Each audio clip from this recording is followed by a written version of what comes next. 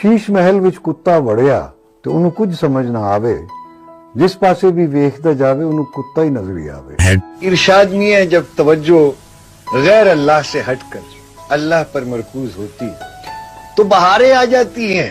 Drama serial वारिस, धुआं, मंचले का सौदा, आखिरी चट्टान, संगे मरमर, खुदा और मोहब्बत, आबरू, ये वो नाम हैं जिनमें फिरदौस जमाल ने बावकार, रोबदार और मर्दाना किरदार अदा की है। वो अदाकार जिसे दुनिया मानती है, जिसकी आवाज में वजन है, जिसकी आंखों में कहानी है, जिसकी मौजूदगी सीन को भारी बना देती है। ये मां ने खुद बताया कि मैं दुरानी पठान हूँ, मेरे खून में गैरत और अनाज शामिल है। मेरे घर की एक खातून ड्रामों में काम कर रही थी और मुझसे किसी ने पूछा तक नहीं। जब मैंने सवाल किया तो जवाब मिला। तुमसे पूछने की क्या जरूरत है, चुनाचा मैंने अपना घर ही छोड़ दिया। यहाँ से कहानी सिर्फ एक खानदानी झगड़ा नहीं रही, ये नजरिए की कहानी बन जाती है। गैरत या इख्तियार का जवाल। फिरदौस जमाल कहते हैं कि अगर घर का सरबराह होता तो फैसलों में मेरी मंजूरी शामिल होती। क्या मैं सिर्फ पैसे कमाने की मशीन था? यहाँ सवाल पैदा होता है कि क्या सरबराह होने का मतलब ये है कि घर की औरत की जिंदगी पर मुकम्मल इख्तियार? या सरबराह होना जिम्मेदारी का नाम है, ना कि हुक्मरानी का? मुनाफकत शुरू हो जाती है। फिरदौस जमाल की गैरत उस दिन जागती है जब उसके घर की एक औरत कैमरों के सामने आती है। लेकिन यही फिरदौस जमाल सारी जिंदगी दूसरों की बहन बेटियों के ड्रामों में काम करते रहे। रोमांटिक सीन, आंखों में आंखें डालकर मोहब्बत के मुकालमे, कुर्बतें, जिस्मानी कुर्बत,